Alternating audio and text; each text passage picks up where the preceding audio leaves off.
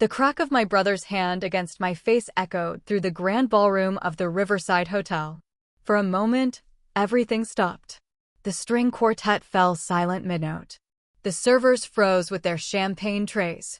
200 wedding guests, my guests, stood in shocked stillness as I absorbed the impact. My brother Daniel's face was twisted with rage. I told Dad we should hold this at the community center, not here. This venue is too good for you, Sophia. Way too good. I touched my cheek where his hand had landed, feeling the sting radiate across my skin. My veil had shifted slightly from the force. Through the floor-to-ceiling windows behind me, the November sun cast golden light across the river, illuminating the vintage chandeliers I'd had restored 6 months ago. My mother stepped forward, her sage-green mother-of-the-bride dress swishing against the marble floors I'd imported from Italy. Sophia, darling, you really should have listened. This venue is beyond your station. Daniel's right. The community center would have been more appropriate. I looked at her calmly. My wedding dress, a custom Vera Wang that had cost $12,000, felt suddenly heavy. Beyond my station. You work at an insurance company, my father added, appearing beside Daniel. You process claims. This, he gestured at the soaring ceilings, the crystal chandeliers, the hand-painted murals, is excessive for someone in your position. Around us, guests were murmuring. I could see my college roommate, Jessica, covering her mouth in horror. My fiancé, Marcus' parents, stood near the head table, their expressions frozen in social embarrassment. Marcus himself was across the room, probably trying to figure out what had just happened. We're paying for this circus, Daniel continued, his voice rising. The least you could do is show some humility, but no, you had to have the fancy venue, the expensive flowers, the whole ridiculous production.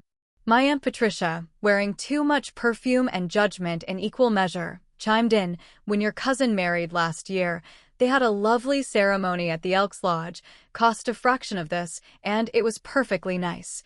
Perfectly appropriate for their income level. My mother clarified as if she were explaining arithmetic to a child. My phone rang. The sound cut through the tension like a knife. I reached into the small clutch I'd set on the gift table, the antique French provincial piece I'd purchased at an estate sale 2 years ago, and pulled out my phone. The screen showed Riverside Hotel Management Office. I answered it, my voice steady despite the throbbing in my cheek. This is Sophia. Miss Martinez, the voice belonged to James Patterson, my hotel manager. I'm so sorry to interrupt, but we have a situation with the kitchen. The head chef needs the owner's approval before we can proceed with the dessert service modifications your wedding coordinator is asking for. He stopped abruptly through the phone. I could hear him realizing his mistake, calling me by my title during my own wedding in front of everyone. I could have said something. Could have asked him to call back. Could have pretended it was about something else. Instead, I said clearly, tell Chef Bernard he has my approval. We discussed the modifications yesterday. The murmuring in the ballroom had stopped. Now there was only silence. As the owner, James's voice was cautious now, realizing something had gone wrong. I want to make sure I'm documenting this correctly for the... Yes, James, I said. My voice carrying across the marble floors, across the 200 guests, across my family's shocked faces. As the owner of the Riverside Hotel, you have my authorization. I ended the call. Daniel's face had gone from red to white in the span of 3 seconds. What did he just say? I think you heard him, I replied, tucking my phone back into my clutch. My mother laughed, a sharp, disbelieving sound. That's ridiculous. Sophia, this isn't funny. You can't. What? I met her eyes. Can't own a hotel. Can't own this hotel. My father's lawyer instincts kicked in. Sophia, if this is some kind of joke. Mr. Martinez. A new voice entered the conversation. James Patterson had materialized from the service entrance, wearing his impeccable navy suit and carrying a leather portfolio. He was 53, had managed luxury hotels for 30 years, and had been working for me for the past 18 months. I apologize for the interruption, he said, though his tone suggested he wasn't apologizing at all. Miss Martinez, I have the quarterly financial reports you requested. I know you wanted to review them before your honeymoon. He set the portfolio on the gift table and opened it. Inside were spreadsheets, profit and loss statements, occupancy reports, all bearing the Riverside Hotel letterhead and my name as owner. The hotel generated $340,000 in revenue last month, James continued, his voice professional and clear. We're at 94% occupancy, the highest in the city. The restaurant renovations you approved are complete and already showing a 23% increase in dinner reservations. Daniel was staring at the documents like they were written in a foreign language. Additionally, James said, the wedding and events division, which you were correct to expand, has bookings through next November. We're projecting $2.1 million in event revenue for the year. My mother had sat down heavily in one of the Chiavari chairs, the ones I'd purchased specifically for events at $200 each. This can't be real. I assure you it's quite real, ma'am, James said. Miss Martinez purchased the Riverside Hotel in March 2022. She's been an exceptional owner, very hands-on, very knowledgeable about the hospitality industry. My father found his voice. Sophia, how did I buy a hotel? I asked. Or how did I do it without telling you? He didn't answer. I took a breath, very aware that 200 people were watching this unfold. My wedding, the day that was supposed to be about Marcus and me, about our future, about celebration. Instead, it had become this.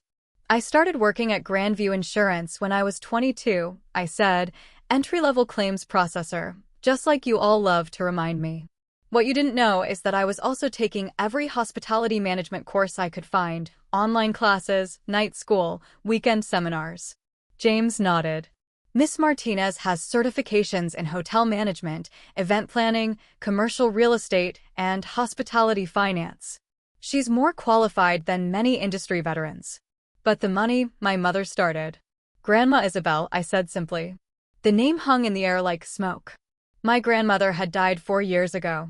She'd been a force of nature, a woman who'd immigrated from Mexico with nothing and built a successful catering business that eventually expanded into 3 restaurants. The family had assumed her estate was modest. Some savings, maybe the house. They'd been wrong. Grandma left me $800,000, I said. She left it specifically to me with instructions that I use it to build something, not spend it, not save it, build with it. My Aunt Patricia gasped. That's impossible. The will said she left her estate to be divided among her children and grandchildren. I agreed and she did. You all got portions of her savings, her house, her jewelry. But she had a separate trust, a private trust that she'd been funding for years. That trust went to me. Daniel's hands were shaking. Why you? Because I was the only one who listened when she talked about business. The only one who asked questions about her restaurants, about profit margins, about real estate investment. The only one who saw her as more than just grandma who makes good tamales. My mother's eyes were filling with tears, but I couldn't tell if they were from shock or shame. I used that $800,000 as a down payment on this hotel, I continued. The Riverside was failing when I bought it. Previous ownership had let it deteriorate. Occupancy was at 43%. The restaurant was losing money every month. I got it for $3.2 million, well below market value. You bought a $3.2 million hotel, my father's voice was faint. With a commercial mortgage, yes. 20% down, 30-year note at 4.2% interest. The monthly payment is $15,000, which the hotel covers easily since we're now generating over $300,000 monthly. James pulled out another document. The property is currently valued at $6.8 million. Miss Martinez has increased its value by $3.6 million in less than 3 years. I watched my family process this information. Daniel, who just slapped me for having a wedding too good for me. My mother, who'd said this venue was beyond my station. My father, who'd assumed I needed their financial help. I still work at Grandview Insurance, I said, because I like the work, because it keeps me grounded. Because understanding risk assessment and claims processing actually helps me run a hotel. We have fewer liability issues than any comparable property in the city. But your apartment, my mother whispered. Your car, you live so modestly. I live in a modest apartment because I'm investing my profits back into the business. I drive a practical car because luxury vehicles depreciate. I buy my clothes on sale because expensive fashion is a waste of money. I gestured at my wedding dress. This is the first truly extravagant thing I've bought myself in 3 years. Marcus had made his way through the crowd. He put his hand on my shoulder and I leaned into him slightly. He'd known, of course. I told him about the hotel on our 3rd date. He'd been the only one who understood why I kept it quiet from my family. The community center, I said, turning back to Daniel, costs $500 to rent for a day. This ballroom, my ballroom, costs $5,000. You offered to pay $500. I said yes because I didn't want to fight. But I never needed your money, Daniel. I never needed anyone's money. Then why didn't you tell us? My father demanded. Because of this, I said simply, gesturing at the scene around us. Because the moment you found out I was successful, everything would change. You'd want things, expect things, judge my choices through a different lens. My mother stood up, her face flushed. That's not fair, Sophia. We're your family. You're the family that just slapped me at my own wedding, I countered. The family that said this venue was too good for me. The family that has spent years making comments about my modest lifestyle, my practical choices, my lack of ambition. We were concerned, my father started. You were condescending, I interrupted. There's a difference. James cleared his throat gently. Miss Martinez, the ceremony is scheduled to begin in 15 minutes. Should I have the quartet resume? I looked at Marcus. His dark eyes were calm, supportive. Your call, he said quietly. We can postpone. We can cancel. Whatever you need. I looked at my family. Daniel's still white-faced and silent. My mother crying. My father's lawyer mask cracking. My aunt looking like she wanted to disappear. Then I looked at my guests, 200 people who'd come to celebrate with us. Jessica, who'd flown in from Seattle. Marcus's grandmother, who was 91 and might not have another chance to see a great-grandchild marry. My colleagues from Grandview, who'd become genuine friends over the years. The wedding continues, I said. James, have the quartet resume. We're 15 minutes behind schedule, so let's adjust accordingly. Of course, Miss Martinez. He nodded and disappeared toward the musicians. I turned to my family. You're welcome to stay or leave. Your choice. But if you stay, there will be no more scenes, no more comments, no more drama. This is my wedding in my hotel, and it will proceed with dignity. My mother opened her mouth, closed it, opened it again. Sophia, I don't know what to say. Then say nothing, I suggested. Sit down, watch the ceremony, enjoy the reception. We can talk about everything else later. I need to apologize, Daniel said suddenly. His voice was thick. I hit you. Jesus, Sophia, I hit you at your wedding. Yes, I agreed. You did. I thought we were being generous, paying for this. I thought you were being ungrateful and excessive. I thought you thought I was less than you, I finished. You thought you had the right to put me in my place. He didn't deny it. We'll talk about it later, I said. Right now, I have a wedding to get married at. The quartet had resumed playing. Soft, elegant music filled the ballroom.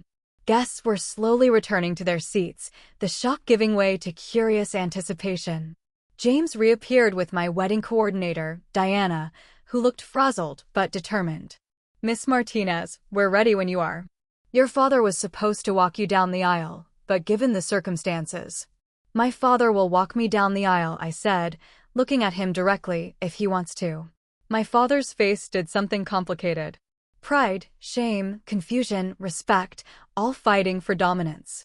Yes. I'd be honored. Then let's do this.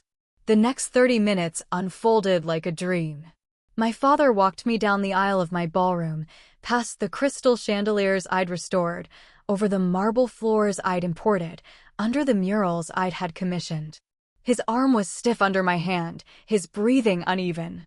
Marcus waited at the altar, beneath a beautiful arch of white roses and eucalyptus that my events team had constructed. His smile was real despite everything. The ceremony was perfect. The officiant spoke about love and partnership and building a life together. We exchanged vows I'd written, rings we'd chosen together. When Marcus kissed me, 200 people applauded. We were married. The reception flowed seamlessly. My staff, because they were my staff, my employees, People I'd hired and trained executed every detail flawlessly. The food was exquisite. The champagne flowed. The DJ read the room perfectly. Daniel kept his distance. My mother cried through dinner, though whether from joy or shame, I couldn't tell. My father drank 3 scotches in rapid succession. But my real friends, Jessica, my Grandview colleagues, Marcus's family, the people who'd known and supported me, they celebrated with genuine happiness. They danced, they laughed, they toasted our future. Around 10 o'clock, as I was taking a break from dancing, James approached with another document. "I'm sorry to interrupt again," he said, "but there's something you should see." It was a contract for the purchase of the adjoining property, the old Morrison building that had been vacant for 5 years. "The owner accepted your offer," James said. $1.2 million for the property, closing in 60 days. You'll have the option to expand the hotel or convert it to luxury condominiums. As we discussed, I stared at the document. Another property, another investment, another step in building the empire Grandma Isabel had told me to create. "Thank you, James," I said. "We'll review the details on Monday." He nodded and disappeared back into the professional shadows where good managers lived. Marcus appeared with 2 glasses of champagne. "New property, the Morrison building." He whistled low. "That's prime real estate.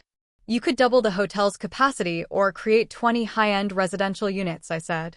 "The market analysis suggests condos might be more profitable." "My wife, the real estate mogul," he said, grinning. "My wife," the words sent a warm flutter through my chest. We clinked glasses and drank, watching our guests dance in the ballroom I owned, eating food prepared in kitchens I'd renovated, celebrating in a space I'd transformed from failing property to premium venue. Near midnight, my mother approached.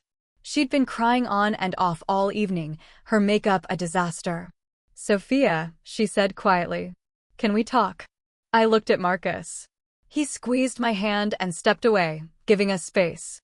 "I'm so sorry," my mother said. "For everything, for what I said, for what Daniel did, for not seeing you." "You saw what you wanted to see," I said. "No," she said firmly.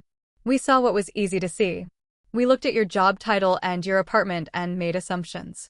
We didn't look deeper. We didn't ask questions. We didn't." She paused, gathering herself. "We didn't honor what your grandmother saw in you."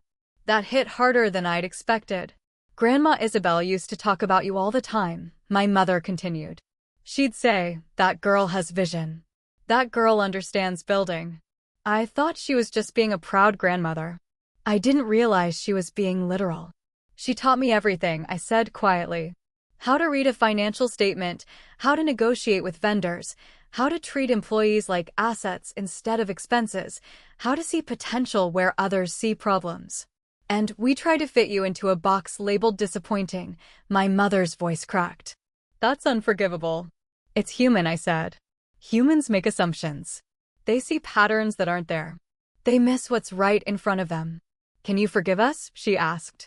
Eventually, I considered the question. Could I forgive them? Probably. Would our relationship ever be the same? Definitely not. "Ask me again in a few months," I said.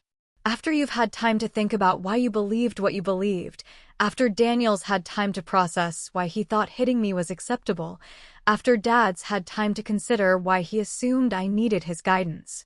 She nodded, tears streaming. "That's fair. That's more than fair." She hugged me carefully like I might break and returned to her table. The evening wound down beautifully. The last dance was at 1:30 in the morning. Just Marcus and me swaying under the chandeliers while the cleanup crew worked quietly in the background. "How do you feel?" Marcus asked. "Married," I said. Vindicated, tired, hopeful. In that order, all at once. He laughed and kissed my forehead. "My hotel-owning wife." "Your hotel-expanding wife," I corrected. "Morrison Building. Remember?" How could I forget? We swayed in silence for a moment. Then Marcus said, "You know they're all going to want things now. Loans, investments, jobs. That's what happens when family finds out you have money." "I know," I said. "I'm prepared for that.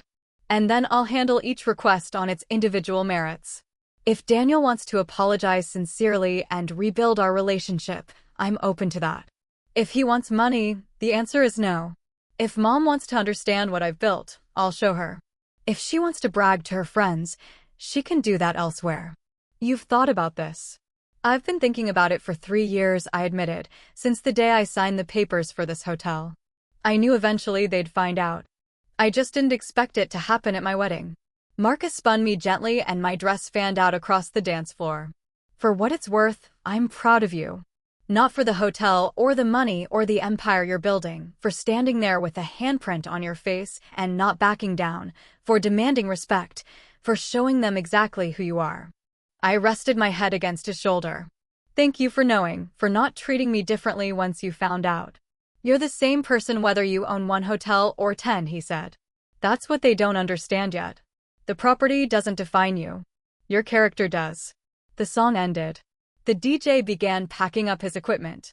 James appeared to ask about final details for the morning cleanup crew. It's handled, I told him. Take tomorrow off. You've earned it. Thank you, Miss Martinez. And congratulations. Marcus and I walked through the hotel, my hotel, turning off lights, checking doors, saying goodnight to the skeleton crew handling overnight desk duties. We took the elevator to the penthouse suite, the one I'd renovated specifically for special occasions, the one that cost $800 a night when we rented it to guests, the one that was ours for the weekend because I own the building. As we stood on the balcony overlooking the river, the city lights reflecting off the water, Marcus said, "What's next?" After the Morrison building, I thought about it. The hotel was profitable and growing.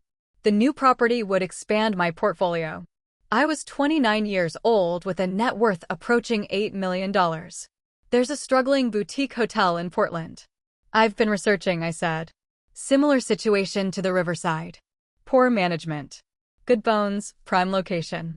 I think I could turn it around. Another hotel, maybe a small chain eventually. 3 to 5 properties, all renovated historic buildings, all focused on elegant events and premium service. Marcus grinned. Grandma Isabel would be proud. Yeah, I said softly. She would. We stood there for a long time, watching the city sleep, thinking about everything that had happened and everything still to come. Somewhere below us in the ballroom where I'd been slapped and humiliated and vindicated, the cleaning crew was restoring order. The flowers would be donated to hospitals in the morning. The rental equipment would be returned. The space would be reset for the next event, a corporate gala on Tuesday, I remembered. My phone buzzed. A text from Daniel. I'm so sorry. I don't deserve your forgiveness, but I'm asking anyway. Can we talk next week? I showed Marcus. He raised an eyebrow. What do you think? I think people deserve second chances, I said. But they don't deserve unlimited chances. We'll talk once, and what happens after that depends entirely on him. I texted back. Tuesday afternoon, 3 p.m. hotel restaurant. Come prepared to listen. His response was immediate. Thank you. I'll be there. I pocketed my phone and returned to the view. The Riverside Hotel. The Morrison building next door. The city stretching out in all directions. All of it full of potential. All of it waiting to be built, renovated, transformed. Ready for bed? Marcus asked. Ready for the rest of our lives, I said. We went inside, leaving the city lights behind, stepping into our future, a future I'd built carefully, deliberately, quietly, while everyone around me had been busy underestimating me. Grandma Isabel had been right. People would always underestimate the quiet ones. And while they were busy talking, I'd been busy building an empire.